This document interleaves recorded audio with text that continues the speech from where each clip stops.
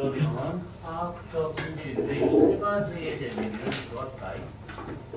자, 우선은 첫 번째는 등질 이상.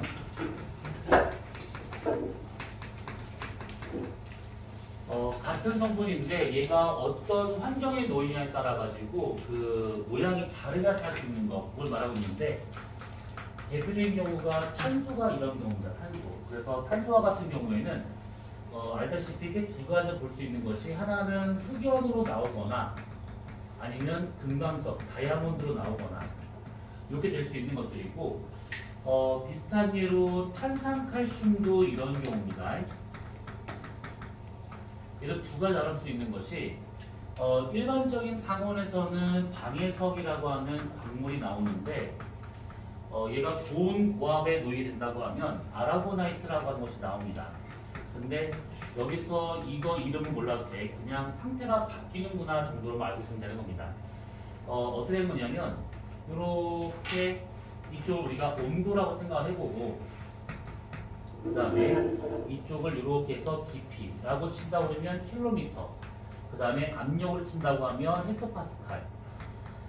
이렇게 됐을 때 보통은 이 금강석과 흑연이 나타날 수 있는 상태 범위는 대략 이렇게 나타납니다. 그래서 위에 있으면 흑연이 나오게 되는 것이고 밑에 있으면 금강석이 나오더라라는 것이고, 마찬가지로 위에 있으면 방해석이 나오지만 밑에 있으면 아라고나이트가 나오더라, 이 얘기예요. 그러면 얘네와 같은 경우에는 온도에 영향을 받는 걸까, 압력에 영향을 받고 있는 걸까? 누가 더 큰 변수가 되고 있는 거야? 온도가 압력이 될 것이죠. 저압, 고압. 이게 온도 범위는 중요하지도 않아. 근데 고압이 되면 당연히 온도가 올라가는 거니까 그건 당연한 거니까. 그래서 중요한 것은 압력인데 저압, 저온에서 얘는 고압, 고온에서 이렇게 나타나더라라는 겁니다. 그러면 실제 지구 내부의 온도 곡선을 그려본다고 하게 되면 이렇게 그려지는 거. 우리가 저번 주에 한번 이거 했으니까 기억나실 거야. 깊이 들어갈수록 온도가 증가되고 있다는 거. 그래서 흑연이나 방해석과 같은 경우는 얕은 곳에서 주로 만들어지게 되는 것이고, 금강석이나 아라고나이트 같은 것들은 깊은 곳에서 이렇게 나타난다라고 볼 수가 있는 것들이야. 그러면 결국 금강석이 나오기 위해서는 깊은 곳이면서 압력을 충분히 많이 받을 수 있는 곳이 돼야 되기 때문에 얘네가 나타날 수 있는 곳은 판과 판이 서로 충돌하고 있는 충돌형 경계에서 주로 볼 수가 있겠구나라고 생각할 수가 있는 겁니다. 우리나라에서는 다이아몬드가 만들어지지가 않아, 그치? 다른 나라에서는 이런 것들이 종종 있는 것들인데 우리나라는 이게 이론상으로는 가능한데 이게 거의 없다고 보시면 돼. 왜 이론상 가능한 거냐면 이거 내가 지울 건데 우리나라가 예를 들어서 만약에 이렇게 있다라고 가정을 해보잖아. 이렇게. 그러면 제가 여기가 지금 북한, 여기가 남한이 되는 곳인데 여기에 이렇게 강이 하나 있습니다. 임진강이라고 하는 곳이 있는데 이 임진강과 같은 경우가 이렇게 있는 상황이고, 이게 일제 강점기 때는 일본 사람들이 괜찮아, 뭐 보는 사람 일본 사람 없을 거 아니야. 일본 이 원숭이 새끼들은 뭐라고 했어? 우리나라의 지지를 그 사람들은 진짜 우리나라를 겁나 많이 조사했어. 그러니까 문화재를 털어간 거는 뭐 일상다반사고, 우리나라 지지를 정말 많이 조사했던 것이 왜 그러냐면 우리나라에 묻혀있는 어떤 자원들을 캐내기 위해서, 그리고 철도를 놓기 위해서 지질조사를 되게 많이 했습니다. 근데 그 조사하는 과정에서 어떤 게 밝혀지는 거냐면 이 임진강을 기준으로 해가지고 이 남한 땅덩어리는 대체로 이렇게 한쪽 방향으로 배열되어 있는 이런 땅이 많은가 하면 이쪽 북쪽과 같은 경우는 덩어리로 되어 있는 땅이 많다라고 하는 것을 알게 됩니다.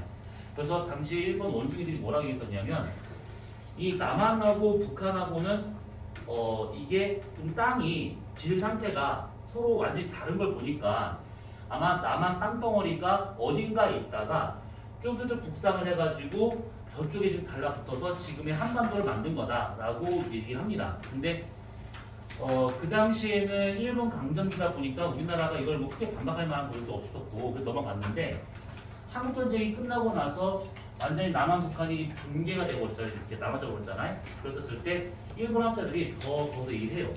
너네는 애초에 같은 민족이 아니다. 원래 땅 자체가 다른 데서 왔었기 때문에 같은 민족이라는 한민족 자체가 틀린 말이다라는 거를 계속 얘기를 합니다. 그래서 우리나라 학자들하고 북한 학자들이 무슨 헛소리냐, 저 원수인들끼리 발 하나 처먹지 뭐하러 이러고 있나. 그때 뭐라고 얘기했냐면 아니다. 북한하고 남한하고는 원래 한 땅이었었고 그냥 지금의 상태가 된 것은 자연적인 것이다 라고 주장을 합니다. 근데 나중에 밝혀진 바로는 안타깝게도 원수인 새끼들 말이 맞았어요. 그래서 이 남한 땅덩어리가 원래는 여기 있던 것이 아니라 남반구에 있다가 인도가 북상을 했잖아요. 인도 옆에 있던 땅 부스러기가 남한이었는데 인도가 북상하면서 부스러기도 같이 올라가가지고 색깔이 붙은 게 이게 현재 한반도 되고 있습니다. 그래서 얘 같은 경우가 이렇게 된다고 했었을 때 문제는 뭐냐면 이 땅과 이 땅이 여기에서 강하게 압력을 받았을 거다라고 예상이 되고 있다는 얘기지. 그러면 이 근처에서 이런 식의 다이아몬드가 나올 가능성이 있다라고 보는 거야. 왜냐하면 우리나라 석탄이 많거든. 석탄은 탄소 덩어리잖아요. 그래서 고압에 놓이면서 아마 일부가 다이아몬드 됐을 것이다. 그래가지고 그 사람 이름은 내가 기억이 안 나는데 서울대 모 교수야. 그 사람이 진짜로 여기 가가지고 임진강이라는 데를 가가지고 여기서 다이아몬드를 발견했습니다. 그래서 발견했는데 이거는 나만 그런 건 아닐 것 같아. 들어보면 니네도 아마 똑같이 나랑 생각할 것 같은데 합리적 의심이 들어. 강가를 가보면 강가 모래가 넓게 펼쳐져 있잖아. 모래가 넓게 펼쳐져 있는 것이고 여기서 발견된 다이아몬드의 크기가 얼마나냐면 요만한 거야. 그러면 이만한 다이아몬드를 그 모래사장에서 찾아냈대. 근데 이게 일반적으로 다이아몬드는 유리 알갱이처럼 되게 투명한 그런 것들이거든. 그러면 이게 석영 알갱이인지 다이아몬드 알갱이인지는 갖고 와서 성분 조사를 해봐야 돼. 근데 임진강에는 그 많은 모래를 다 포와서 갖고 오진 않았을 거고 신기하게도 그 넓은 모래사장에서 저만한 다이아몬드를 하나 딱 발견한 거야. 그러면 합리적 의심이 들지. 미리 준비한 다이아몬드를 가서 이렇게 딱 떨어뜨리고 난 다음에 자기 지나가고 뒤에 있는 학부생이나 대학원생한테 여기 한번 파봐라 해가지고 다이아몬드다 아싸 이러면서 메이드 인 1호 메이드 인 코리아 1호 다이아몬드라 해가지고 지금 현재 서울대 자연사박물관에 지금 전시가 되어 있어요. 그러니까 아무래도 봐도 그거는 그 사람이 조작을 한 것 같아. 더 이상 다이아몬드 만나는데요. 안 나와 또 안 나와요 또. 그러니까 이거는 좀 그래. 근데 그렇게 해가지고 하고 싶은가? 하고 싶은 나가도 하고 싶으면 해. 그런데 그건 너무 티나잖아. 티 안 나게 해야지. 우리가 한민족이 아닐 거면. 자 아무튼 그래서 동제이산 관계는 이런 관계입니다. 같은 성분이지만 어떤 환경에 놓이냐에 따라 가지고 이렇게 완전히 다른 형태가 나타날 수 있는 것들. 자 두 번째와 같은 경우에는 유질동상이라고 할 수 있는 것인데 비슷한 성분인데 같은 모양입니다. 자 우선은 비슷한 성분이다 그러면 대표적인 것이 무슨 CO3로 되어 있는 걸 말하고 있는 것들이야. 탄산형 광물이라고 보통 말하는데 이 탄산형 광물 앞에 어떤 원소가 붙냐에 따라서 완전히 다른 광물이 나옵니다. 만약에 칼슘이 붙었다. CaCO3다. 그럼 이거 아까 있었던 방해석이라는 광물이 나옵니다. 근데 앞에 철이 붙었다. FeCO3다. 그럼 이것은 능철석이라고 다른 광물이 나오게 되는 것이고 만약에 마그네슘이 붙었다. MgCO3다. 그럼 이것은 마그네사이트라고 얘기를 하고요. MnCO3다. 그러면 이것은 능망간석이라고 얘기합니다. 아마 방해석 외에는 이 나머지는 아마 처음 들어봤을 거야. 근데 모양은 알고 있는 것이지. 처음 들어봤다 하더라도. 왜냐하면 같은 모양이야. 누구랑? 방해석이랑. 그래서 방해석이 기울어진 육면체다라는 것을 알고 있기 때문에 이거 전부 다 기울어진 육면체겠구나 이렇게 알 수가 있는 겁니다. 자, 그 다음에 세 번째 고용체. 일정 범위 내에서 일정 화학 범위 내에서 성분이 살짝 바뀌지만 같은 광물이 나오는 관계를 고용체. 지금 보면 같은 성분이지만 완전히 다른 광물이지. 그 다음에 비슷한 성분이지만 완전 다른 광물들입니다. 근데 얘 같은 경우는 같은 광물이 나오는 걸 말하고 있는 것인데 대표적인 경우가 뭐가 있냐면 감남석이라고 하는 광물이 있어요. 감남석. 이 감남석과 같은 경우에 화학식은 어떻게 쓸 수 있는 거냐면 Mg, Fe2, SiO4로 씁니다. 그럼 이게 무슨 말이냐면 SiO4는 기본 구조이기 때문에 얘는 정해져 있는 것이고 마그네슘 2개에 규산이 붙어 있느냐, 철 2개에 얘가 붙어 있느냐, 아니면 한 개 한 개 붙어서 얘랑 같이 있느냐에 따라서 성분은 살짝 바뀌는데 감남석이라고 하는 것은 바뀌지가 않아요. 이런 관계를 고용체. 요거는 예로 들기 위해서 그냥 쓴 것뿐이고 이건 몰라도 됩니다. 이것은 고용체에서는 요 놈을 좀 기여를 해줄 건데 이따가 얘기할 것이지만 사장석이라고 하는 짱돌이 있어요. 아까 얘기했던 그 짱돌이야. 망치 쳤을 때 사선만 쪼개지는 걸 말하고 있는 것인데 이 사장석은 크게 두 가지. 칼슘으로 연결된 사장석과 나트륨으로 연결된 사장석이 따로 있습니다. 이렇게. 사장석이라고 하는 광물의 종류는 바뀌지 않지만 성분이 살짝 바뀌어요. 이렇게. 이런 관계들을 고용체. 이 고용체가 그러니까 어디다 써먹냐? 이따가 얘기할 것인데 칼슘 사장석이냐 나트륨 사장석에 따라서 그 광물이 포함된 주변에 있는 광물들이 어느 온도에서, 어느 깊이에서, 어느 압력에서 어떻게 만들어졌는가 이거를 파악할 수가 있습니다. 그래서 고용체를 통해 가지고는 알 수 있는 것이 생성 당시의 환경을 파악할 수 있는 것이 고용체구나. 이렇게만 알고 있으면 되는 겁니다. 이따 더 얘기할 거거든요. 자, 그래서 화학적 성질과 같은 이게 세 가지 정도만 있는데 요거는 그냥 요 정도만 해도 충분할 겁니다. 자, 그리고 광학적 성질이 있는데 광학적 성질은 니네가 원하는 학교에 입학을 하면 그때 가서 내신으로 해도 충분합니다. 그전에는 절대로 문제 나올 수도 없을 뿐더러 광학적 성질을 아마 그 원학교에 들어가게 되면 여기 실습을 하면서 보게 될 겁니다. 자, 그러면 우선은 이 광물의 물리 화학적 특징은 이렇게 딱 치고 그 다음에 우리가 볼 것은 규산형 광물입니다. 규산형 광물.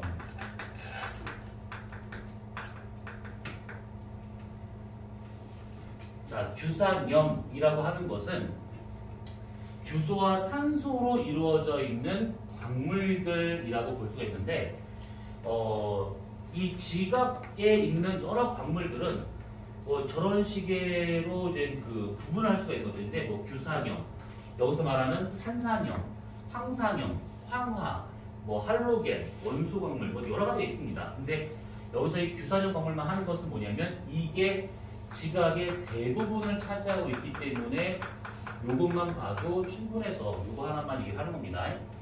자, 이 규산염이라고 하는 것은 SiO4가 기본 구조야. 규소 하나에 산소 4개가 결합되어 있는 상태가 기본 구조입니다. 생긴 모양은 대략 이렇게 생겨 있어요. 이렇게.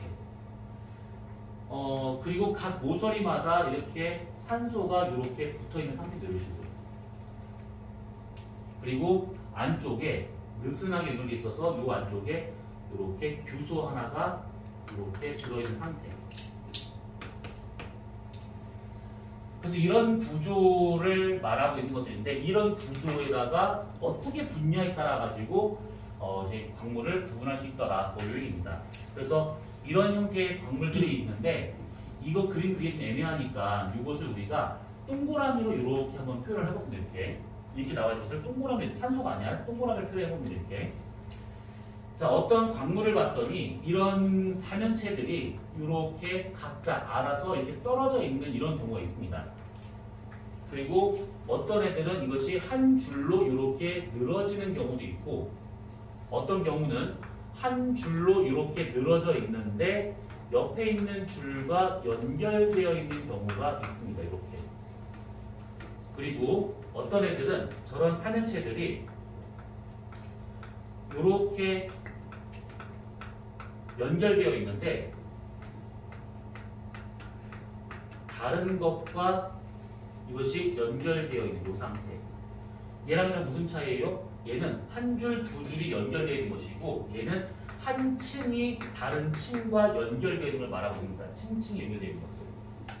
그리고 쟤네들이 빼곡하게 이렇게 뭉쳐있는 경우도 있어요. 한 가지 더 있는데 됐다 치고, 자 우선 이렇게 5가지 경우가 있는데 각각의 결합 구조에 따라서 이름이 다 다른 것이, 얘는 요거 하나가 3연체야. 이런 식의 3연체 각자 떨어져 있죠. 그래서 이것을 독립 3연체 구조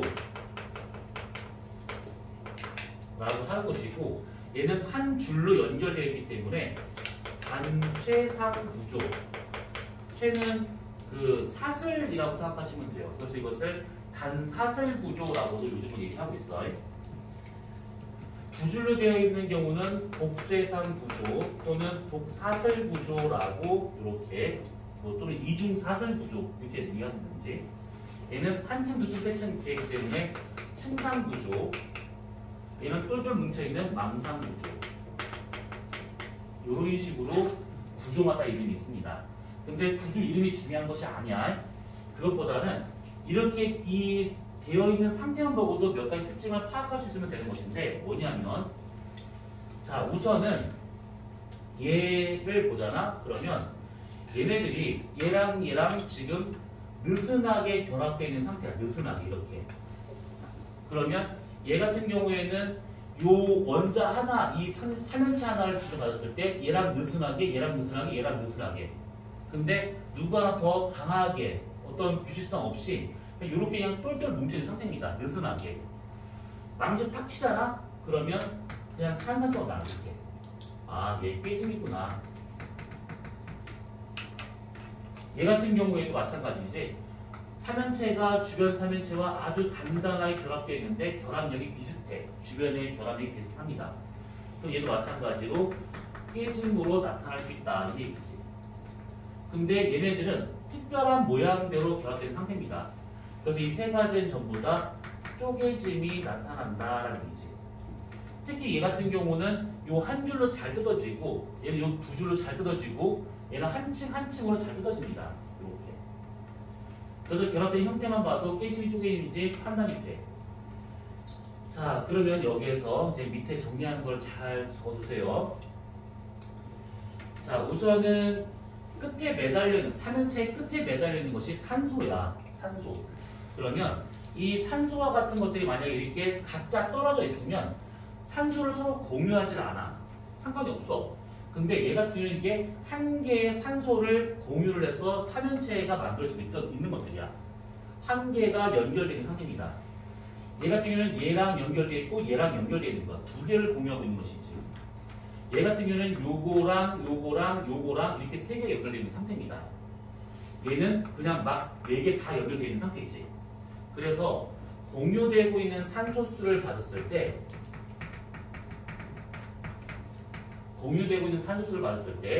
왼쪽에 있는 것일수록 그 양이 적고요. 오른쪽으로 가면 갈수록 공유되고 있는 산소수가 많더라. 그러면 공유 산소수가 많아진다, 적어진다 라고 하는 것은 이 광물의 결합력이 다르다 이 얘기지. 그래서 이쪽으로 가면 갈수록 결합력이 강해지는 것이고, 왼쪽으로 가면 갈수록 결합력이 약해지더라.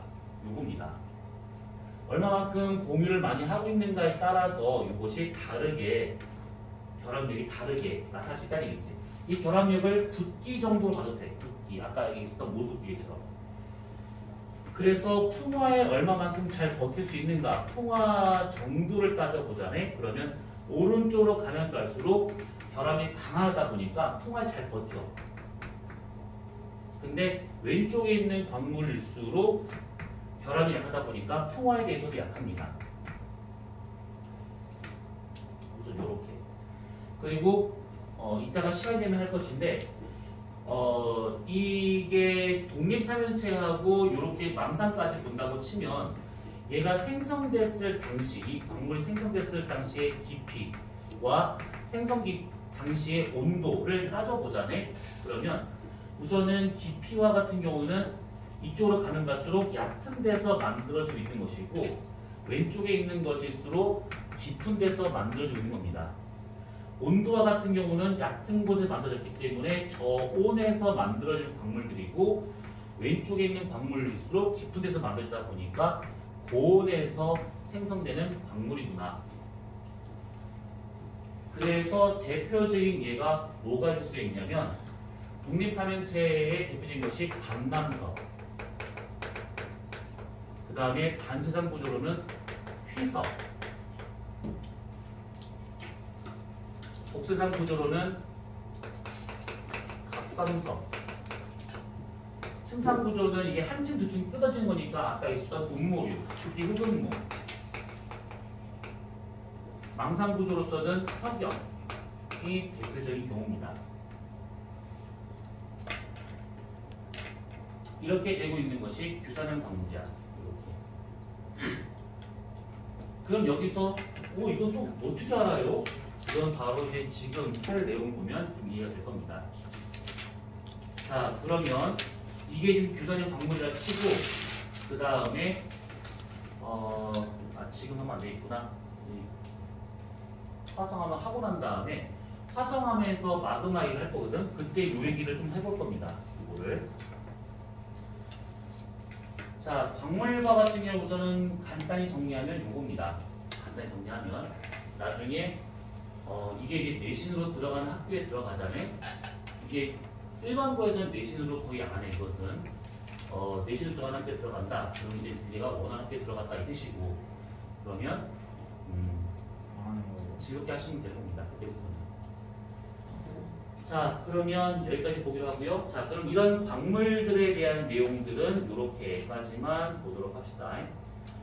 자, 교재 프린트물 있으신 분이거나 교재 있으신 분들은 거기 24페이지 짱조를 볼 것인데 굳이 없어도 됩니다. 어차피 1학년 과정은 그렇게 막 내용이 많지 않으니까.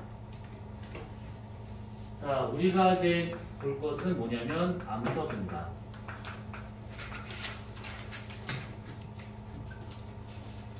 자, 암석과 같은 경우에는 광물이 모여서 생긴 하나의 큰 집합체라고 생각하시면 돼요. 생성 원인에 따라서 어떻게 만들어지냐에 따라서 화성암, 그 다음에 폐석암, 그 다음에 변성암 이렇게 우리가 세 가지로 구분할 수 있는 것들이지. 지구에서는 이렇게 만들어진 거 말고 더 있긴 한데 그런 특별하게 운석과 같은 것들이니까 빼기로 하고 이렇게 한 세 가지 정도만 지구에서 만들어지는 암석이구나라고 생각하시면 될 겁니다. 그 중에서 우리가 화성암에 대한 얘기를 먼저 보도록 합시다. 화성암. 자, 화성암 그러면 화성, 불화자에다가 이룰 성자를 말하고 있는 겁니다. 불로 만들어진 암석. 근데 한자로 옮기다 보니까 불이라고 쓰는 거긴 하지만 엄밀히 말하면 마그마가 냉각이 됐거나 아니면 용암이 냉각됐거나 이런 것들이 식어서 굳어진 게 화성암이 되고 있는 것들이야. 그러면 마그마나 용암이랑 같은 말 아닌가요? 마그마는요 쓸 때 그냥 말 그대로 발음 그대로 쓰시면 되는 것이고 용암과 같은 경우에는 라바라서 다르게 쓰고 있습니다. 이 둘의 차이는 뭐냐면 마그마와 같은 경우는 우선은 지하에 있었을 때를 말하고 있는 것이고 용암과 같은 경우에는 지표로 흘러나왔었을 때를 용암이라 하게 돼요. 여기서 지하와 지표의 가장 큰 차이점은 뭐냐면 암석이 녹은 상태를 용융이라고 해요. 용융. 이 용융된 암석에 화산가스가 들어가 있는 상태, 얘가 섞여 있는 상태, 그게 마그마. 용암과 같은 경우에는 지표로 흘러나오다 보니까 용융된 암석에서 화산가스가 빠져나간 상태, 이것이 용암이 되는 겁니다. 그래서 줄여서 용융된 암석, 용암이라고 하고 있는 것들이지. 자, 그럼 이 화성암과 같은 경우에는 우선은 크게 몇 가지를 구분할 수 있을 것인데 교재가 있으실 분은 거기 24페이지에 나와 있는 화성암의 분류를 한번 보세요. 얘 같은 경우에는 중독이다 보니까 너무 적게 나왔는데 이렇게 보시면 돼요.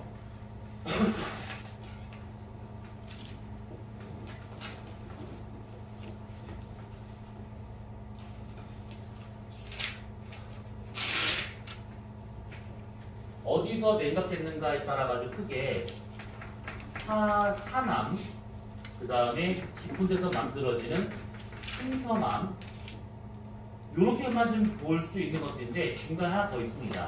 반심성암. 세 가지로 나눠볼 수가 있어요.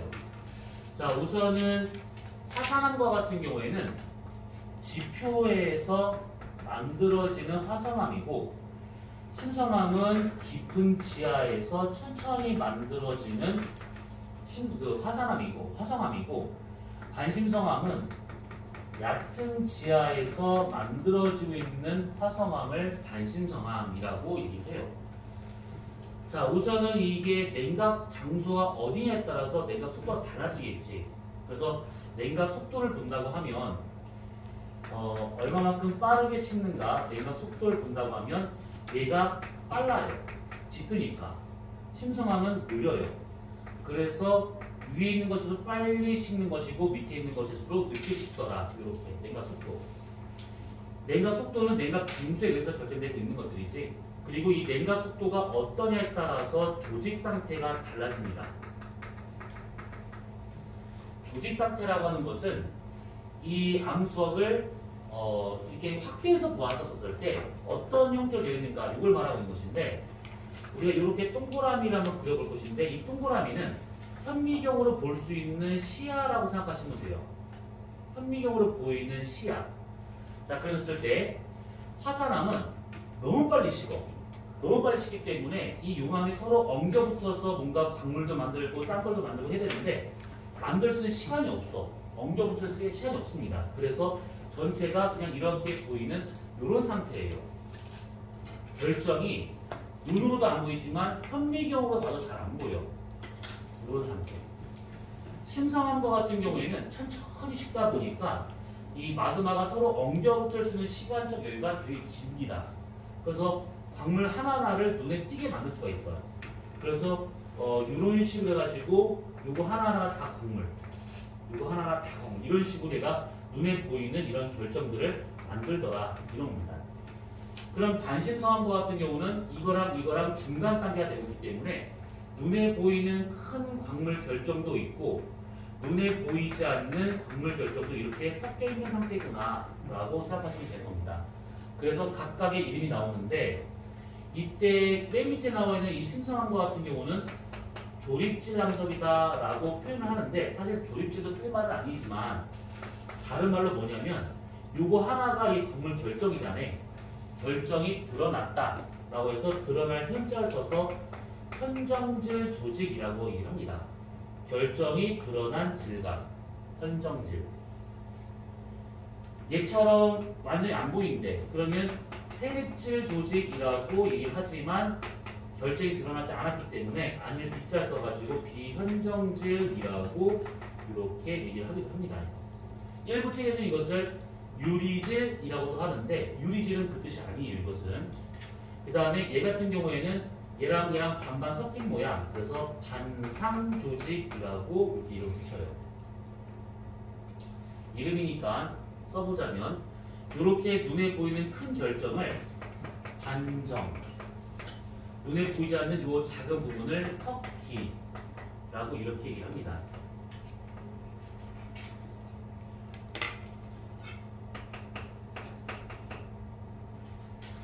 자, 아무튼 그래서 이렇게 냉각 속도가 어느 정도냐에 따라서 결정 자체가 좀 많이 달라질 거다라고 보는 게 이런 문제입니다. 이게. 자, 그러면 이렇게 보면 될 것 같고, 이 화성암을 이렇게 냉각 상태에 따라서도 이렇게 구분할 수 있는 거긴 하지만 이것을 성분에 따라서 구분할 수도 있습니다. 성분에 따라서 가장 중요한 성분은 규산의 함량이 어느 정도냐가 상당히 중요해요. 이게 얘를 기준으로 해가지고 화성암을 구분하고 있는 것인데, 화성암 전체 중에서 약 52%냐 63%냐로 해가지고 크게 세 덩어리로 구분이 돼요. 그래서 52%보다 적게 들어있다 염기성암, 63%더 많이 들어있다 산성암, 중간에 있다 중성암, 이렇게 표현을 합니다. 염기, 중성, 산성 이런 식으로 얘기를 하게 되는데 여기서 규산 함량이 이게 지금 이게 유리잖아요. 유리. 일반적으로 봤을 때는 투명한 알갱이라든지 아니면 백색 그런 흰색 그런 알갱이를 말하고 있는 것이 규산인데 얘네가 적게 들어있다, 얘네가 많게 들어있다라고 하는 것은 다른 성분이 많이 들어있고 적게 들어있다 이 뜻입니다. 그 다른 성분이 누구냐면 금속 성분이야. 철이라든지 마그네슘 같은 이런 성분들입니다. 그래서 염기성암 안에는 규산 성분이 적게 들어있지만 금속 성분은 상대적으로 많이 들어있구나 라는 것이고 얘는 유리 성분이 많이 들어있지만 상대적으로 금속 성분이 적게 들어있다 이렇게 볼 수가 있는 겁니다. 얘기한 거지. 금속이 많고 적고 유리가 많고 적고로 따져본다 치면 결국은 금속이 많이 들어있는 염기성암 계열과 같은 경우에는 겉으로 봤을 때 색을 따져보잖아. 그러면 유리보다는 금속이 많이 들어있기 때문에 어두운 색을 많이 띱니다. 주로. 그리고 일로 가면 갈수록 유리가 많이 들어있기 때문에 밝은 색을 많이 띠게 돼요. 그래서 화성암 중에서 어두운 색을 띠고 있는 현무암과 같은 경우는 금속 성분이 많이 들어있다는 뜻이고 화강암처럼 밝은 색 암석을 띠고 있다? 그럼 그 얘네들은 그런 금속 성분보다는 유리 성분이 좀 더 많이 들어있다 이렇게 보시면 됩니다. 그러다 보니 암석의 밀도가 결정이 돼요. 유리가 적게 들어있고 그 다음에 금속이 많이 들어있는 염기성암 계열 같은 경우는 밀도가 크지만 유리가 상대가 많이 들어있는 산성암 계열은 이 밀도가 작습니다. 이런 식으로. 그래서 암석의 색깔만 딱 봐도 아 얘가 지금 어두운 색이니까 금속을 많이 포함하겠지. 그럼 밀도가 크겠지. 그러면 유리 성분은 적게 들어있겠지. 이렇게 판단이 가능하더라 이 얘기입니다. 그래서 이렇게 화산암, 반심성암, 그 다음에 심성암, 그 다음에 염기, 중성, 산성 이런 식으로 해서 해가지고 크게 화성암을 9가지를 구분할 수 있는 것인데 염기성암, 화산암 중에서 염기성암부터 보자면 여러분들 알고 있는 현무암,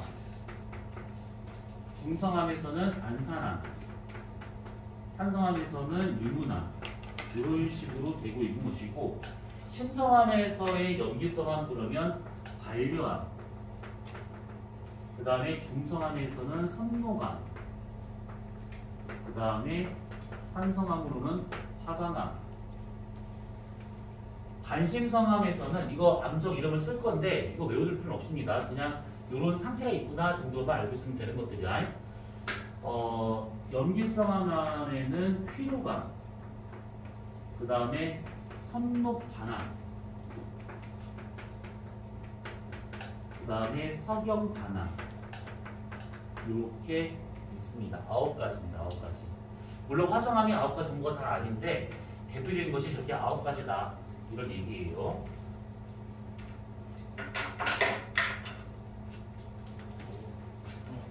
아니야.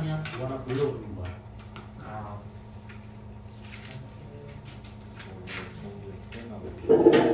여기 와이파이가 저거구나.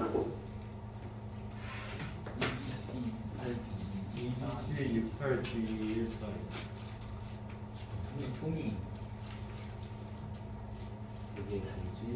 재영이 단서치 수업 시간에 누가 뭘 먹나? EBC지? 안 먹었어요. 재영한테 거리들 EBC 68B 142 142 그러니까 재영한테 톡하면 재영이한테 독감하잖아. 재영이 너 같지 않아서 안 때려. 재영한테 맞서서 참 잘했어요. 재영이가 쓰레기 나와. 쓰레기래 재영이가 야 쓰레기 작가질 때 가면 쓰레기다. 재영아 어떻게 그럴 수가 있냐? 뭐지? 정우 따돌리기 우리 연기하고 하는데 저안 간가 봐요. 뭐야 도대체 이거. 이게 비는데 어렵다. 불과할 때 뭐야 이 포스트잇 채널은 아 이렇게 노트 들고 와서 아 진짜 포스트잇 저렇게 다 아니 노트를 두고 하는 이 스타일. 기한 밀려서 해. 이게 우리 이건데 하거든. 아니 찢으면 1, 4. 너무 지저분해. 이야 이게 포스트잇이 똑같은 거지. 나중에 어차피 노트에 붙여. 나중에 붙일 거니까. 야 아, 근데 저번에도 이러고 잊어먹었는데. 그러니까 그걸 잘 잊어버려. 차라리 노트 하나 해가지고 페이지 붙이면 되지. 왜 안? 자랑이다. 우리 그냥 안 꺼낸 거잖아 거기서. 가방? 뭐야 저거 뭐예요? 스크린. 이게 아니라 저 뭐야 이거? 이거 왜 가만뒀어요? 재득생 있는 기분. 누가 봐도 불 꺼야 될것 와. 같아. 가슴이 불 끄고 와요? 기다려봐요. 네. 그게 포스트 채우는 거. 너무 빨랐어. 영상이 안 찍혔어. 정보는 보여. 야, 씨, 너 영상까지 안 갔잖아, 이씨. 갔어. 에이, 쫄고 자식아. 와, 진짜. 놀고 있네. 아, 그럼 이게 사연이가 아니야. 엉덩이 여사의 소소한 이유. 진짜로 안 보이죠. 장국이면 잘 지었지. 뭔가 무지개 보인다. 수지는 어떨까? 그냥 무지개 들어가고 있어. 무지개가 뭐야? 여기 계속 무지개야. 그렇네. 어디? 그 블루 라이트 같은 거. 지금 파란색, 지금 초록색, 그거? 지금도 노란색, 그래? 오. 빨간색, 이건 안 보여. 내 주먹은 너무 빨라. 보라색, 무지개 떡이다. 꽃 그치, 파란색. 무지 개떡이다. 무지 개떡 같다. 뭐야? 그런 거야. 몰라 어쩌다 무지개 요즘 그러지. 이거를 20억 주제로 써야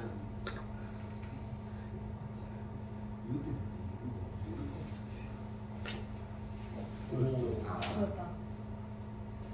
네이버 왜 주가 내려가고 있냐? 네이버 떡나.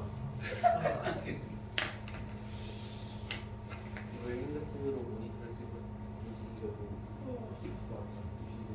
20억 주제.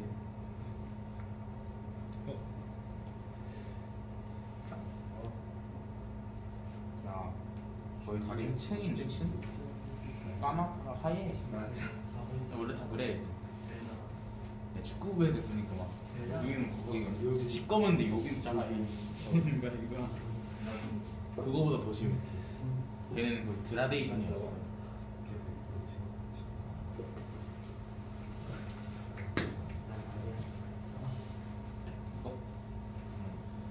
자 보세요. 이거는 우와. 자 그냥 이거 뭐야? 이게 지금 SBS 모닝왕. 지금 받았을 때 여기가 이게 확 이게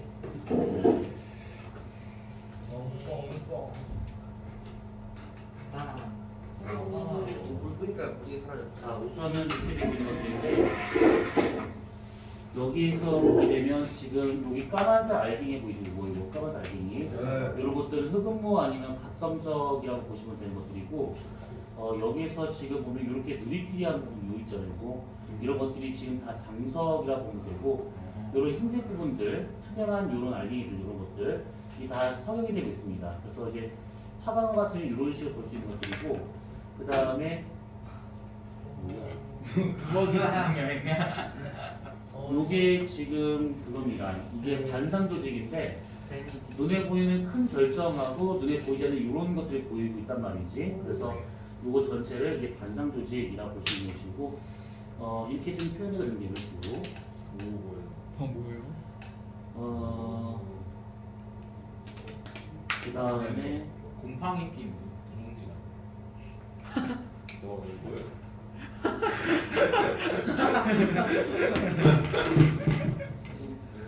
빡치네. 이게 지금 우와. 현무암을 오. 이게 현미경 확대해서 보게 되면 이렇게 보이는데 뭐예요? 이게 지금 요거야. 아까 여기 있나? 쓰레기. 쓰레기 현무암이잖아. 이 현무암을 이게 암석 절단기로 잘라가지고 한 0.03mm의 프레파트를 만들어요. 그걸 갖고 현면을 보게 된다고 하면 저런 식으로 나타나야 되는데 오. 요거 하나하나가 이게 다 광물 결정이에요. 다 이게. 그나마 이게 지금 조립질 현무암이다 보니까 그나마 알게 보이는 것들인데 대부분 잘 안 보입니다. 그래서 이런 것들 눈으로 보려고 하면 절대 안 보이는 것들이다. 이런 것들이고 그 다음에